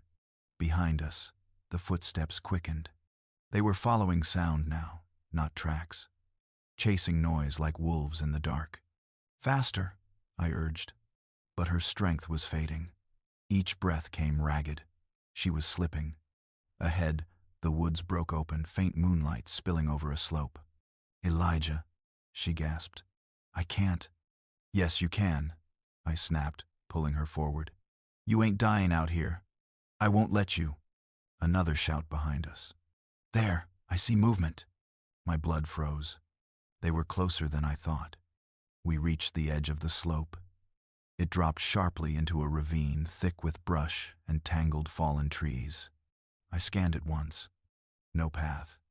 Just chaos. Clara stared down, horrified. We can't. We have to. Elijah. Voices echoed closer, boots pounding through the brush. I grabbed her hand and pulled her with me. Together, we tumbled down the ravine. Branches ripped at our clothes. Rocks tore at my arms. The world spun, moonlight flashing between trees. Clara screamed once, her cry swallowed by the dark. My shoulder slammed into a fallen trunk. Pain exploded down my arm. We slid to the bottom in a heap, air knocked from our lungs. Above, lantern light flickered at the top of the ravine. Dark shapes leaned over the edge, but they couldn't follow. Too steep, too tangled, too dangerous. Where'd they go? They couldn't have. They fell. Should we go down there? Not in the dark. Not without rope. A pause. We'll search downstream at daylight. Their voices faded. The darkness swallowed them. Clara lay beside me, trembling violently, hair tangled with leaves, breathing like she'd swallowed fire and ice at once. Elijah, she whispered. Are we alive? I let my head fall back against the cold earth, chest rising and falling with shaking breaths. Yeah, I murmured. For now. But even as I said it, I knew something had changed. We hadn't just escaped. We'd survived something the woods themselves tried to swallow. And nothing, not River, not Wolf, not Travis, not the men above, could unmake that moment. We were still alive, and that meant we could still run. We lay there at the bottom of that ravine for a while that could have been 5 minutes or 50. My chest burned, my shoulder throbbed, my legs felt like hollow reeds. Above us, the lantern lights bobbed along the ridge, then drifted away, swallowed by the trees. Voices grew faint, then fainter still. At some point, the night took them back. Only our breathing stayed. Clara's hand twitched near mine. I turned my head toward her. She was staring up at the sliver of sky we could see from down there, her hair tangled with leaves, dirt streaked across her face. She looked less like the mistress of a plantation and more like any other runaway soul the woods had decided to keep for a while. You hurt? I asked, my voice rough. She blinked slowly, as if returning from somewhere far away. Everywhere, she whispered. Then after a beat, but nothing feels broken. I did a quick check of my own limbs, shoulder screaming, ribs sore, knees scraped raw, but everything moved when I told it to. That was more than some folks got after a fall like that. We can't stay down here till morning, I said, pushing myself up with a groan. If they come back with daylight, they might decide to send someone down after all. Rope, ladders, whatever pride tells them to do. Clara rolled onto her side, then pushed herself up to sit, wincing. Where do we go? She asked. I looked around. The ravine bottom was a tangled mess of roots and half-rotten logs, but one side sloped gentler than the others, choked with brush instead of bare rock. Beyond that, the woods stretched deeper. No sign of fields or fences, Not back up, I said. We follow the low ground. Ravines lead to streams. Streams lead to bigger water. Bigger water leads. I hesitated. Sometimes to people. Sometimes to nowhere. But we'll take our chances with moving, not waiting. She nodded, trusting that answer more than I trusted it myself. We staggered along the ravine's bottom, ducking under fallen trunks, stepping over rocks slick with moss. The cold from the river still clung to our clothes, making every brush of wind another bite. My hands were numb again. Clara's teeth chattered so hard I worried they might crack. I thought about stopping, building a fire, but fire meant light, and light meant someone could find us. Out here, warmth was a luxury we couldn't afford. Keep your arms moving, I told her. Rub your hands, your arms, your legs when you can. Don't let yourself go still. What about you? She asked. I'm moving, I said. That's enough for now. We walked that way for what felt like another long stretch of night. The sky above the narrow strip of ravine began to pale, just a little black softening into deep blue. Dawn was thinking about coming. Then I heard it. Not water this time.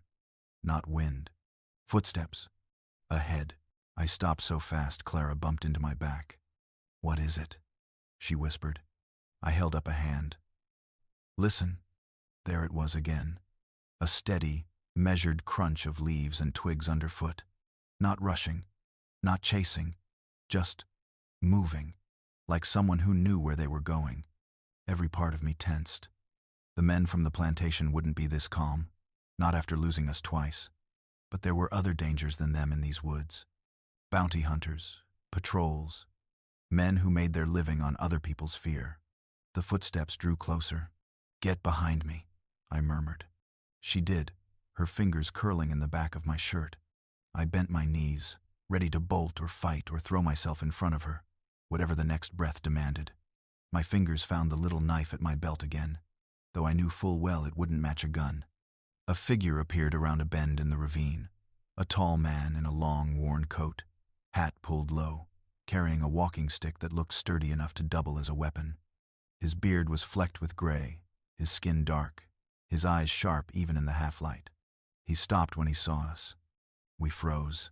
For a moment, nobody said anything. The only sound was the faint rush of a distant stream and the harsh pull of our breaths. Then the man spoke, voice low but clear.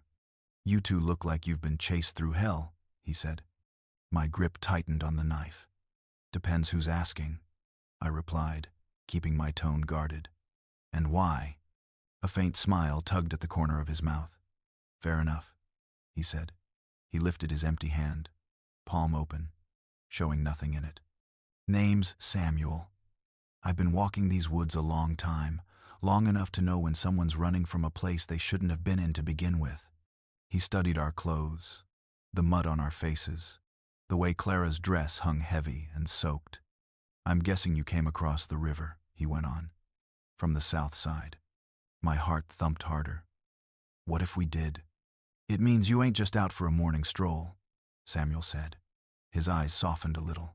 It means somebody finally chose to do more than dream. Clara stepped forward, voice shaky but determined. We're running, she said, from a plantation. She nodded toward me, was born there. I was, married there. Samuel's eyes lingered on her a moment, his gaze taking in the plain dress, the way she stood, the hint of old refinement in her posture even under all that dirt and fear. I see, he said quietly. We're heading north, I added. Or trying. We don't know the safe paths. Just what we heard in whispers. He studied us both for another long breath. You know who I am? He asked. I shook my head. He smiled, but it was a tired smile, old and worn around the edges. Some call us conductors, he said. Country folks with too much time on their hands call us troublemakers. We call ourselves helpers, guides, underground railroad, some say. He shrugged. Fancy name for people who refuse to let chains be the last word. My heart jolted. I'd heard those words before. Underground railroad. They'd sounded like myth. Story. Something too big and too good to ever cross my own path. You help folks like us? Clara asked, voice barely above a whisper. That's the idea, Samuel said. If I can get to them before the men behind do. He gave me a look. You being chased? Not right now, I said. We lost him at the river, and again when we fell down here. He glanced up at the ravine edge, then back down at us. You're lucky, he said. Falls like that can break more than pride. Feels like it tried, I muttered under my breath. He huffed a small laugh. Well, if you can still walk and argue, you can still be saved. There's a place not far from here. A cabin, built like any other, but the folks inside don't ask too many questions about names and papers. You come with me. I can get you a warm fire, dry clothes, food that don't come from the bottom of your pocket. Clara looked at me, her eyes wide, searching. Trust, the look said. Or don't. Decide. How do we know you're not leading us into a trap? I asked. Not unkindly, just honest. We've seen enough men smiling while they tighten the rope. Samuel's gaze met mine, steady and unflinching. You don't, he said. Not really. Same way I don't know if you're desperate souls or bait sent to bring patrols to my door. Only difference is, I'm standing on land I know, and you're not. He paused. So here it is plain. You go on alone. Maybe you find a town where nobody's friendly. Maybe you cross another river with no safe crossing. Maybe you run straight into the arms of the men behind you. You come with me. Maybe it ends bad. Maybe it ends better. But you won't be walking blind. His words didn't come with sweetness or fancy promises, just truth. I weighed that truth for a moment. I thought of Clara's blue lips and shaking hands, of my own half-frozen bones, of the barking dogs and Travis's lantern on the far bank, of how far north really was. I nodded once. We'll come, I said, but if I smell anything wrong. He lifted his hands again in that easy surrender. I'd expect nothing less from a man who's made it this far, he said. Now come on. We got ground to cover before those men decide to start their morning by checking these woods again. We followed him. Samuel moved like he'd been born in the trees, feet finding quiet places on the forest floor, body slipping between branches and briars with barely a sound. We did our best to match his path, stumbling now and then, but he never scolded, just slowed when he had to, waited when Clara caught on a root, or I winced from my shoulder. As we walked, he spoke in low tones. There's others out here, he said. Not just me. Folks with barns that don't mind a stranger in the hayloft. Women with extra bread that always seems to be going stale when travelers pass by. Men who walk roads at night for no reason anyone can see. We don't have uniforms. We don't have signs. Just a kind of knowing. A promise that we'll do what we can. Why? Clara asked softly. He looked back at us, something fierce flickering in his eyes. Because too many of our people have died on land they never chose, he said. And because some of us can't sleep at night if we don't try to change that. It wasn't just our, in the way I'd heard it in the quarters. There was something broader in it, something that stretched to include anyone who'd ever been pressed down and told that was the end of them. The forest thinned, the ground leveled. We stepped out into a small, hidden clearing, and there it was.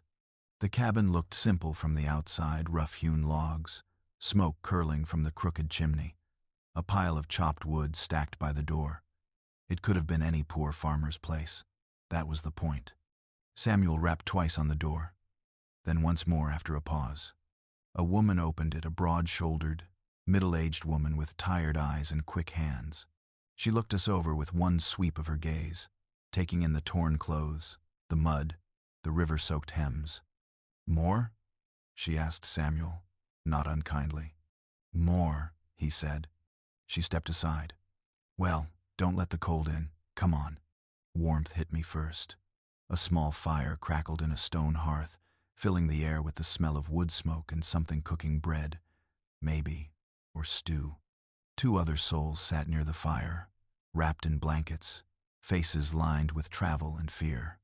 They looked up as we entered, not with suspicion, but with a weariness that recognized its own reflection. "Sit," the woman said, guiding Clara toward a stool near the fire. "You're freezing. We'll get you dry things. Name's Lydia. You can give me yours if you feel like it. If you don't, I'll call you child and boy till you're strong enough to argue." Something in me loosened at that. Clara sank into the stool, holding her hands out toward the flames, eyes closing as the heat washed over her. I eased myself down on the floor, closer to the fire than I'd ever dared be in somebody else's house. Lydia moved like she'd done this 100 times, fetching blankets, rummaging in a chest for worn but clean clothes, ladling something hot into bowls. Samuel took a place by the door, still watchful, as if his duty wasn't done just because we'd crossed a threshold. For the first time since we stepped past the broken fence, I didn't feel like we were alone in our running. We weren't safe. Not yet. Maybe not for a long time. But we weren't just two scared shadows in the woods anymore. We were part of something bigger, a line of footsteps through the trees that began long before us and, God willing, would keep on going long after. As I wrapped my hands around the warm bowl Lydia pressed into them, I realized there was more than one kind of railroad in this world. Some carried cotton and coin.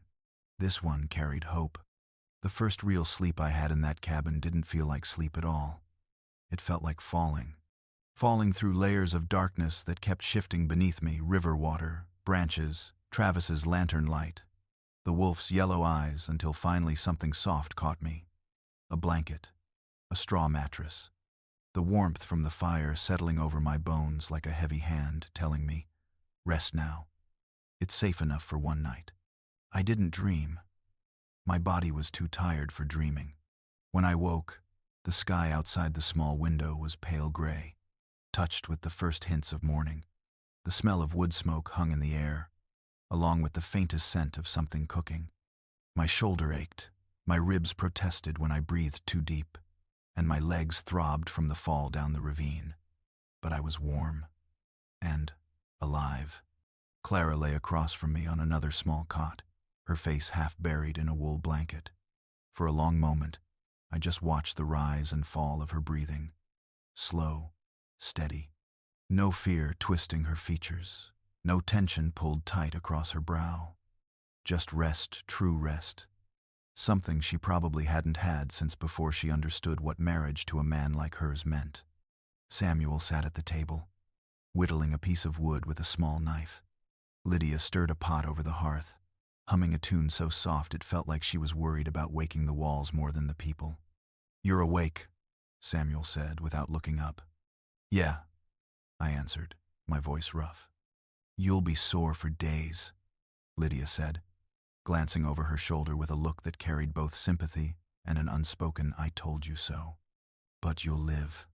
That's more than what the woods offered to give you last night." I pushed myself up slowly.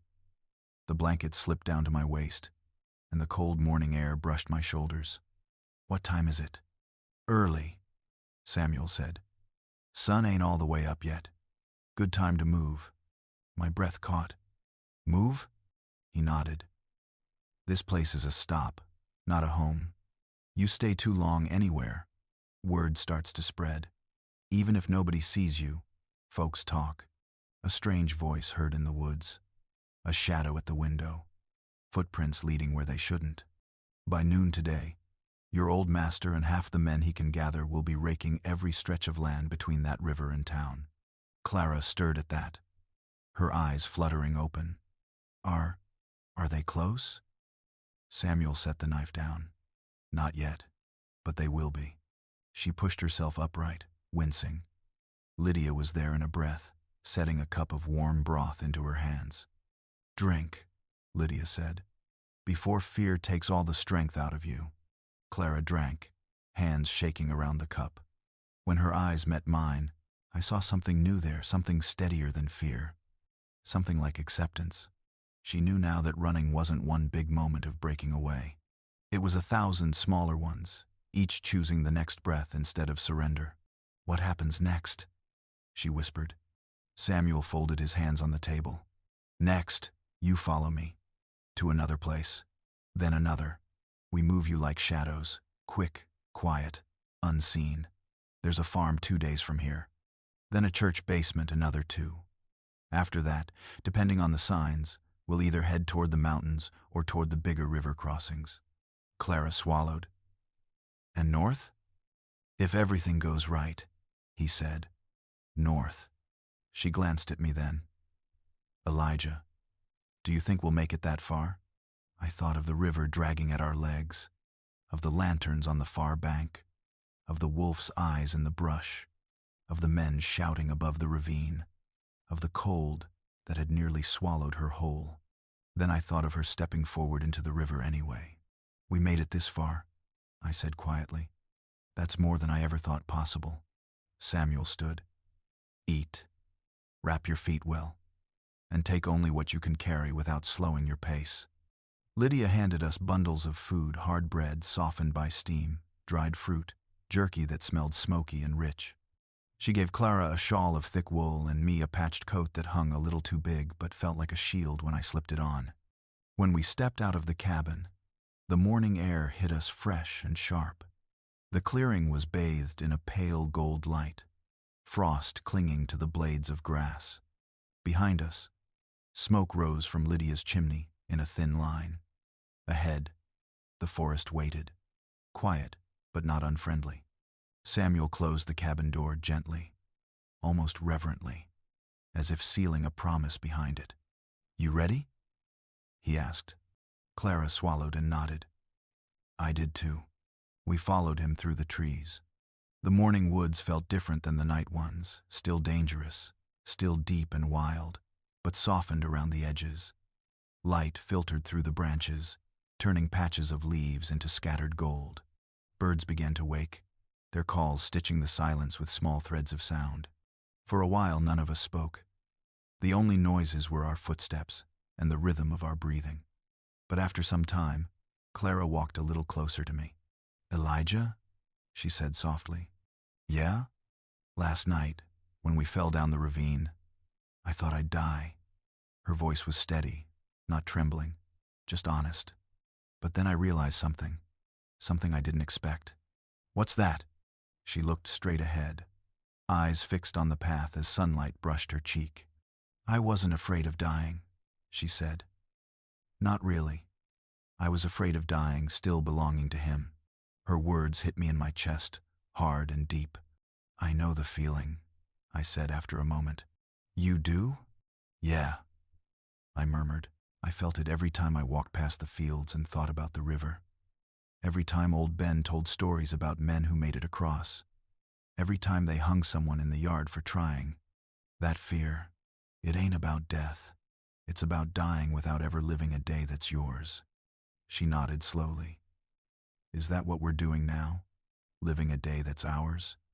I looked up at the sun rising through the branches. It's a start, I said. We walked for miles. At midday, Samuel led us along a dry creek bed, the stones crunching beneath our feet. Later, we crossed a narrow ridge where the wind whistled through the pines. Clara stumbled once, and I caught her by the elbow. Her hand lingered on my wrist for a moment before she let go. As the sun dipped low, Samuel finally raised a hand. We stop here. We stood on the edge of a quiet hollow, shielded by tall pines and dense brush. It was hidden, safe enough for a few hours of rest. Clara sank onto a fallen log with a long exhale. I sat beside her, stretching my sore legs. You too, Samuel said, lowering his pack, are stronger than most folks I've walked with. You listen. You don't panic long. You get up when you fall. That's half the battle right there. Half? I asked, raising an eyebrow. He chuckled. The other half is luck. And you've had a strange share of that too. Clara looked out at the hollow. Do you think he'll follow us forever? Samuel shook his head. No man has forever in him. Pride runs hot but burns quick. He might search for weeks, months even. But what you two have already done, he gestured toward the vast stretch of trees behind us. Most folks never make it past the first fence. Clara shifted, her voice soft. What about when we reach the north? What then? Samuel studied her closely. Then you build whatever life you can, together or apart, quiet or bold. The world won't hand you peace. You'll have to carve it, but you'll carve it free. She let those words settle inside her. Evening drifted in. The shadows stretched long. Birds quieted. A calm came over the woods, different from the fear-ridden quiet of the night chase. This one was gentle, tired, alive. I lay back in the grass, looking up at a patch of sky framed by pine branches. Stars blinked through, faint at first, growing stronger as night settled. Beside me, Clara did the same, pulling her new shawl tighter around her shoulders. "Elijah," she whispered. "Yeah? Do you think we'll ever stop running?" I thought about it a long while. Then I said, "Maybe not." I turned my head toward her. "But every mile north is another mile that belongs to us. Not to him. Not to the house. Not to the dogs. To us." She nodded slowly, eyes glistening. Samuel settled near the edge of the hollow, keeping watch. Lydia's cabin, the ravine, the river, all of it lay behind us now. Part of the distance we'd earned with blood and cold and fear. The night deepened. The stars grew brighter. I closed my eyes. For the first time since stepping past the broken fence, I let myself believe this strange truth. I wasn't running from something anymore. I was running toward something. A place. A life. A name I could claim as mine. A future where my story didn't start with a river and end with a rope. And whatever waited on the other side of these endless woods, for the first time in my life, I wanted to meet it.